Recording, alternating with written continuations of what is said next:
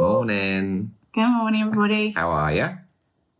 I know you're not there yet, so Yeah. we'll just trust that you're well. Yeah.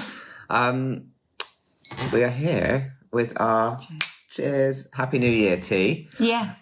Which today is not coffee, so we've got rosemary tea. It smells absolutely amazing, I have to say. I've never had rosemary tea. It's really good. Fresh rosemary from my garden. Well, I say fresh, we dried it, but grown from my garden. Oh, it's lovely. And we were just discussing the fancy teapot that was a gift from my brother many, many years ago. Isn't that nice? Cool, look at the reflection. You can see our cameras perched up there on our very fancy equipment, which is a water bottle and a glass on a footstool. Keeping it real, Luke, keeping it real.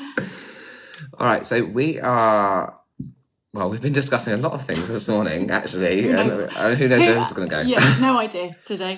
But our thought process for today was creating a life that you don't need to go on a holiday from.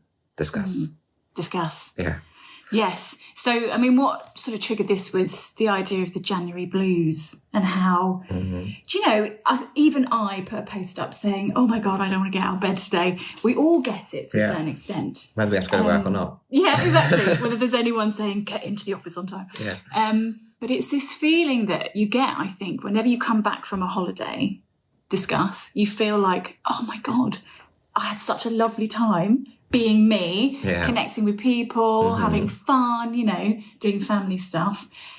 And now I'm back to this. It highlights the contrast, I think, especially if that contrast isn't a good one, if it's a job that you're not really... When you feel like you're in the rat race, I guess that, for me, and I've been there, very much. Oh, God. Oh, shudder. It became, for me, 40 plus hours a week of doing something that made me really miserable, but then numbing myself from that misery, almost being numb to it, I guess. And whether that numbness was in the doing of the process because it just has to be done, or actually, I think the numbness came from... like things like alcohol, as an example. Not that I ever had an alcohol problem necessarily, but I mean, I would come home from work and then I'd want to drink like a glass or two of wine on the sofa to relax, and that was my relaxation, right? Yeah. And so then I'm using that kind of every night for numbness, to take away from the 8 to 10 hours that I'd done that day that I didn't enjoy. And my solution to that is sit on the sofa, drink wine, and go to sleep again, and start all over the next day. And it kind of normalises it, doesn't it? It makes it okay. Totally. I mean, that's what everyone does, right? Yeah. We've all done it. We all do it. Let's go home, have a drink, and use the alcohol to sort of, I don't know, reduce the stress, I suppose. Get rid of those horrible, stressful feelings of work pressure. I think particularly, and just to stereotype a little bit, it's a very British thing, I think, to do that as well. And, being married to a Greek man where they don't use alcohol in the same way that we do, culturally. That's interesting. How does he experience stress? And this is obviously not a place to go into details about your relationship and his, but does he not experience stress in the same way, or does he sort of not numb it in the same way? Yeah. Or numb it at all, really? He just has a good old verbal rant when he gets home for the first hour, gets it all out of his system, and then that's it. Like Netflix and bed. That's really... That's our life. Well, that's kids as well, right? And actually, to be fair, that's it. Evenings with kids is like, I can't go anywhere. Let's watch TV. Yeah, exactly. But okay, so he talks, he gets it out. He sort of verbalises. But even if I think about Greece as a culture, in the evenings, they'll all be out in the local village or square or whatever, and they'll be at the coffee shops until late at night, and the kids will be with them too. Yes. But it's a very different culture. They don't sit in, they don't numb their pain through alcohol in the evenings, as an example. Yes. It's very much a get out there and be social culture. Yes, that's so interesting, because I lived in Spain. I did my degree in Spanish and Portuguese and had to live over somewhere where they spoke it for a little while as part of my degree. And I lived in Madrid for 6 months, which was amazing. I was, 20 years old. And you could see then, I mean, that's 20 odd years ago, but I'm sure it can't be that much different now. life, you'd go out in the evenings, shops and places would be open till late. You know, you go out for dinner later and family would be there. And I think the other thing is you would probably, culturally, there would be a nap in the afternoon, same in Greece. So Sometimes. People are a little more refreshed in the evenings from that perspective. They'll eat a lot later. Yeah. And they won't eat as much either. So the Spanish would tend to have quite a large meal at lunchtime, even at work. That would be the main meal, yes. I remember going, you know, I'd be in the office because I was working over there, and we'd all go out for a long lunch. You'd have like 2 hours for lunch and everyone would stop for lunch. Yeah. And then in the evening you might have some tapas or something, a little bit of something to nibble on. But while you're socialising normally. Yeah. And we just don't have that culture here. We lock ourselves away. We stay at home and watch EastEnders. Or, you know. Do you watch EastEnders? No, I don't. No, good. But I used to watch Hollyoaks back in the day and Neighbours. Yeah. But then do we have the weather for it here? However, I say that, but when I went to Greece at Christmas, particularly where Alex lives a couple of Christmases ago, even it's similar weather to here at their Christmas time, and it even snows, and they'll still be out every night, out in the cafes, but not drinking alcohol, but drinking coffee. You see, that's something I would love. I would love coffee shops to stay open later. But we just don't have the culture for it here. Isn't it a shame? It's a real shame. We need to open a late night coffee shop. There we go. With half caf. Half caf only. Half Luke is shop. obsessed with this half caf. That's what our coffee shop could be called. Half caf. Half caf. Half the fun. Half the fun. But yeah, no, it's true, isn't it? So you think it's kind of woven into our culture a little bit. We also used to have pub culture here. I don't think we have pub culture as much. But again, it would still be alcohol related, but it would be after work. It would be go to the pub or go to the working men's club or whatever. And that was probably much more male orientated. But pub culture doesn't even exist anymore. Yeah. I don't think. Do you think COVID's put paid to that a little bit? I think even before that, all of the corner pubs that you would see on streets, they're all just kind of. Yeah, it's true. All the local pubs mostly are closed, and if you go out now, you kind of go. Not me personally, but people tend to go to a Wetherspoons or something similar in a town centre rather than a local. I don't think local pubs exist as much as they used to. That's an interesting one because I think there's an awful lot of chains opening in our high streets. They're all becoming very similar. So we're kind of losing the soul. I love a pub. I love going to the pub. I haven't been to the pub in years like you would, before kids. But, I wasn't going there to get drunk or anything. It was just to go out and... Socialise. Yeah. So... Interesting. So back to this... Yeah. Not having a holiday, creating a life that you don't need a holiday from... And what does that mean for you? For me, I guess I've talked about this before. I made a commitment to creating that kind of life that I didn't want to run away from when I hit burnout a few years back because I just couldn't do it anymore. I couldn't pretend anymore. Yeah. Pretend is such a good word. Yeah. Because we all get up and pretend. Yeah. Professionalism, get into the office, put a happy face on, pretend that you're all right. I know, exactly. That's why I shared. So I shared a great quote yesterday from Susan Cain, whose book I absolutely love. She's written a few books, but the one I've read is called Quiet. And she has a great TED talk where she talks about the importance of just showing up as yourself at work. And she said she was at she's doing some sort of work talk online with a business. And she asked at the beginning, how are you all? And everyone sort of in the chat, they went, yeah, fine, really good, And then she said, right, okay, I'm going to ask you, how are you really? How many of those, I'm fines are actually true? And what do we say when someone says, how are you? Yeah, all right, how are you? Yeah. Yeah, exactly. It's not a real question that we ask, is it? No, and it's not a real answer that we give. Yeah. It's conditioned. So I think for me, I couldn't pretend anymore because my brain and my body had given up. I couldn't carry on being that person. So that forced my hand. I had to have an honest conversation with myself. And I think honesty is what this is all about, really, isn't it? Let's be honest. And most of the world, I find, through corporate conditioning, I would say, as an example, we can't be honest because if we're honest, we have fear. We have fear that we'll look weak or we'll look vulnerable, or we have fear that it won't be received in the way that we hope, or that we'll be misunderstood, or that we won't be considered for progression or whatever. I think there's so much fear in honesty, and I particularly suffered with this big time when I worked in the corporate world, particularly working in HR, because our duty in HR, funnily enough, isn't humanity, isn't looking after the humans, it's looking after the policy. We're like the safeguarding committee, really, for making sure that people don't F up. Yeah, you work for the business. Yeah, right. Excuse me. And that really infuriated me, because I then couldn't apply honesty. I had to apply policies, and I couldn't allow people to be honest. I couldn't, if someone says, oh, but I'm struggling with this time, or I've got this going on. Well, the policy says, great. You still have to turn up on time for work, and you know, but where is the flexibility for being human? And I just think there's not a lot of honesty that exists in the world culturally at the moment, because we have to put on this mask, this facade, this professionalism. Otherwise we won't succeed. Do you think people are getting tired of it? Yeah. Because, I'm on LinkedIn. I think the world's quite changing, a lot. You're not on LinkedIn, are you? No. Like, LinkedIn is the ultimate professional place.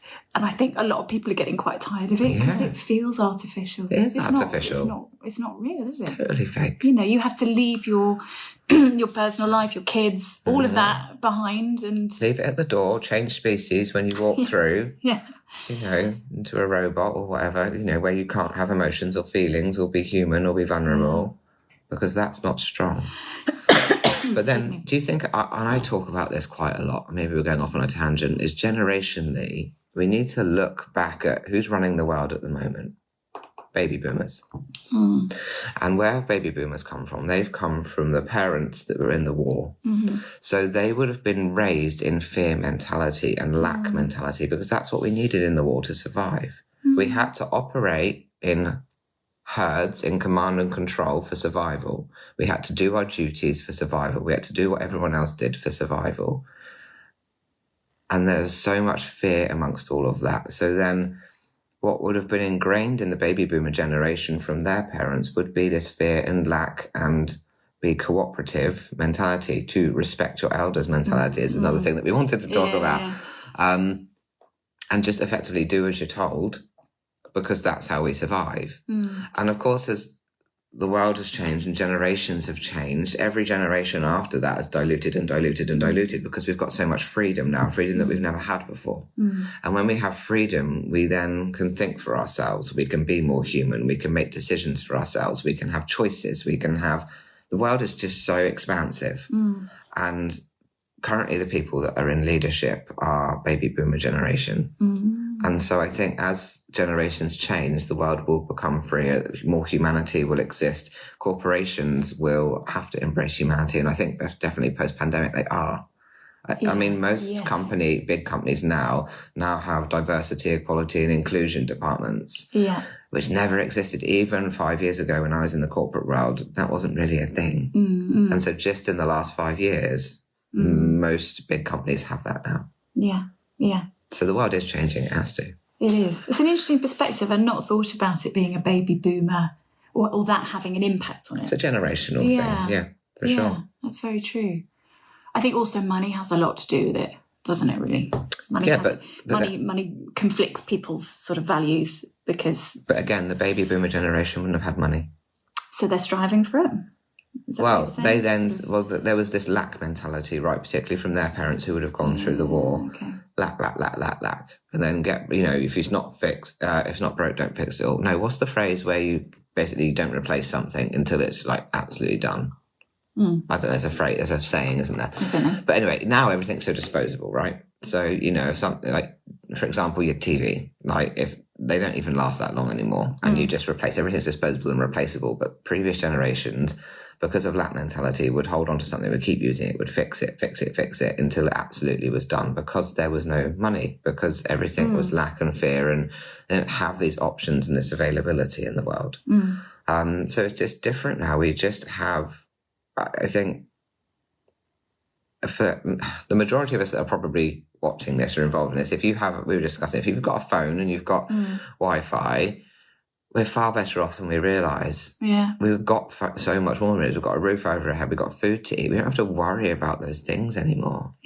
But we used to. We have different worries and fears now, and different anxieties and everything else. But we're not really fighting for our lives or for food or for shelter anymore. That stuff just is part of everyday life for us, because we're lucky, because we live in an environment and a part of the world where that can be. I think there's still an awful lot of poverty. So, I recognise my privilege in all of this, but at the same time, as you say, we were saying, if you're watching this now on a phone, then... It's different now. Poverty is different. It's a different kind of poverty now. But if you have the opportunity to engage in these sorts of conversations, you've got more choice than you might think about what you could do with your life. The richer percentage of population in the world. Yeah, absolutely. I don't think that we recognise that, particularly in the UK. I don't think we recognise it enough at all, how good we've got it. I know. And how rich we are. I think we also aren't really conditioned to question things enough and to think about... what could we change? I mean, as a coach, that is fundamental to what I help people see. What could you do? What could you change? What, if you're not happy about it, what can you tweak to make you happy with your lot? But in the command and control world that our parents' generations have come from, there was never that option. No. You couldn't question it because you just had to do as the people in charge said, because that was survival. And also your world was much smaller. Let's remember that. So your community would have been really small. You would have seen the same people over and over again. Yeah. And they say, what is it? The saying that you are influenced by the top 3 people you spend the most time with or something. Like There's a saying like that. Yeah. So if you're with people who do the same thing over and over again and don't question, then that's what you're going to do. I think, I feel hugely grateful that I met you through social media. I just went, hi. You look like someone I want to be friends with. And so, that's what... Yeah, there we are. Yeah. So that's what social media does. That's what connection does. It's making the world a smaller place. And even if you think social media, when in history have we ever had access to the entire world at our fingertips, in our pocket? Literally, we have access to the entire world any time of the day, 24/7. It's amazing. It's incredible when you think about that. If you'd said this, in the 80s or 90s, we'd have gone... I remember when texting started being a thing. And I was like, this will never catch on. And now... newfangled technology. I know. And literally now, in the palm of our hands, we have the entire world. Exactly. And if someone phones me now, I'm like... Why? They actually want to speak to me. I don't know if I want to answer and they haven't texted me to ask if that's okay. What is wrong with us? Yeah, it's a totally different world. And I think that's the point. When I talk about generations, that's the point. It's a completely different world. And so when the people who were raised, and bearing in mind that the majority of our conditioning comes from the first 6-7 years of our lives, when we have people that were raised in that, of course it's hard for them to adapt and to understand new generations and the new world, right? And the way that the world is now is totally different to what their core beliefs, what they were taught as their core values. So when these people are in charge of our world, you can understand why there's such a disconnect. There is. You can understand why it's not working, why people are now rebelling against it. Well, and also because I think we're realising that there is so much more to life than what we have been used to seeing. But because the world is more visible, we can see what other people are doing in other countries and how they're living their lives, and it's inspirational, And it makes us realize, well, if they can do it, maybe we can. That is such a magical thought. Yeah. I wish that for everybody. That is honestly what I wish for everybody. If you could just take an element of that and put it in your own life, what would you do if you knew you could? Because if we are the sum of the 3 people around us, whatever the phrase is, right? Then we don't know or have any ability to strive for anything else. But if we can look outside of those people around us, we can see actually our options are much bigger than we ever thought. They're huge. I mean, often I try and think of it like how we've created all of this, all of like the 9 to 5 working week. It's created by Henry Ford, wasn't it? Oh, was it really? 9 to 5, yeah. Oh, really? Okay. But so I was talking to my friend Lisa a long time back, when I was actually struggling with Amelia, our youngest daughter, when she joined us as a baby, because our eldest daughter wasn't a baby when we adopted her. So I was really struggling with the sleepless nights and the stress of having a baby. And she said something that she'd done some research, and that this kind of 9 to 5 world works really well for men, because that's when men are most active and available and alert in their minds. Mm-hmm. But for women, it's different because from a traditional role, you would have to have children, grow the child and then birth the child and then look after the child.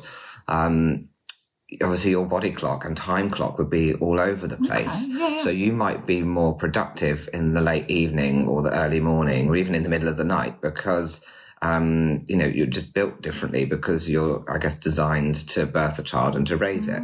So her perspective was that this 9-to-5 world is really nonsense because it only technically works for men, but then when you think about, well, why aren't there more women in leadership? Why aren't, and then you look at all of that and you think this whole world is geared up towards making men successful, not geared towards making women successful. Yes. And all of these little bits of information start building this bigger picture. And I think people are really challenging that stuff as they should be now. But I think also the pandemic made a lot of businesses realize that you don't need to be glued to a desk 9 to 5 to be productive. And then flexible working from home, all of that stuff then started to become a thing. Exactly. Because I've been writing about that in my old life as a copywriter. We wrote about this sort of work is an activity, not a location. That was a phrase I used to write all the time 20 years ago. And really it took the pandemic to make that actually happen. I used to have a boss that always said, work is a thing you do, not a place that you are. Yeah. And I love that. And she was wonderful. She was very flexible where the business allowed her to be. So as a boss, she was flexible, but from a business perspective, they were less flexible.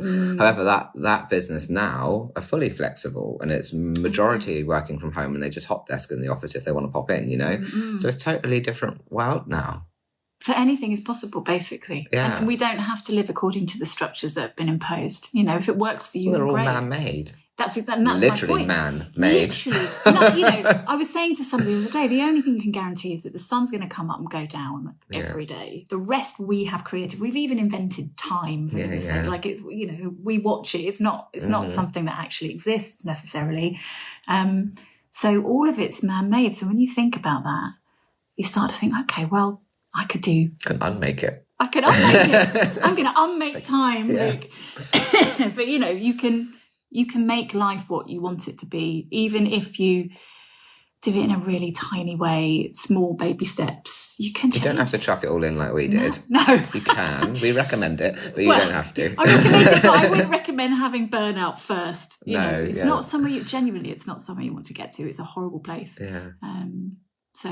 So try and avoid it. Chuck in your job now. Yeah, he said that, not me. It wasn't me. I didn't toast it. Right, some people are risk averse. Some people are not. I'm totally not risk averse, but I appreciate the majority of people are a little more sensible than I am. No. But we need people like you because we need to have something to look to and sort of aspire to. You can't have everyone doing the same thing. There'd be no change. No, you can't. And do you know what? There are some people that adore their 9 to 5 and I envy those people. I wish I could be like that. If I could, I always often think to myself, and in human design terms we kind of call this a generator energy. If I could get up and I could generate and I could do and I could fit into the world, my life would be so much easier, but I don't have a choice. I'm just not built that way. Yeah, exactly. So that's the point, isn't it? You work with the person you are. Yeah, we're all different, totally. And so that's a key takeaway to be, figure out who you are and work with that. That's what I've done. That's what you've done. And I'm still doing. We're still figuring it out. I don't know. Oh, that's the thing. To think that anyone's achieved it, you might look to someone and think they're inspirational and look how well they're doing, but in reality, they still don't know what they're doing either. We're all just figuring it out every day. Yeah, making it up as we go along. Yeah. But it's great. Yeah. That's exciting. It is. I really like that. And you know what? I can't imagine having to wake up every day and drag myself in on a commute to an office to, for me, I don't even remember. I remember what that life was like, but I don't even resonate with that as even for an option for me anymore. I'd rather be poor. Yeah, I don't know. I keep my options open. I've got a foot in both worlds. I do lots of different things because that's what suits me. Yeah. I have some structure. I have some unstructured time. So, but working with, who you are. Yeah. Well, there we go. So I think that was a really interesting topic that grew arms and legs. It did. I don't know where we started. I don't quite know where we've ended up. Creating a life that you don't need to take a holiday from. Yeah. I like holidays, but genuinely, I would forego any kind of holiday to have the freedom that I have now. So I guess in that respect, I've done that. So making every day holiday. a holiday. Getting that holiday feeling every day. There you go. Yeah. Fab. There you go. Okay. Well, it was good fun. Cheers to our rosemary tea. Cheers. I love it. I'm going to have this again. Nice. Bye, everyone.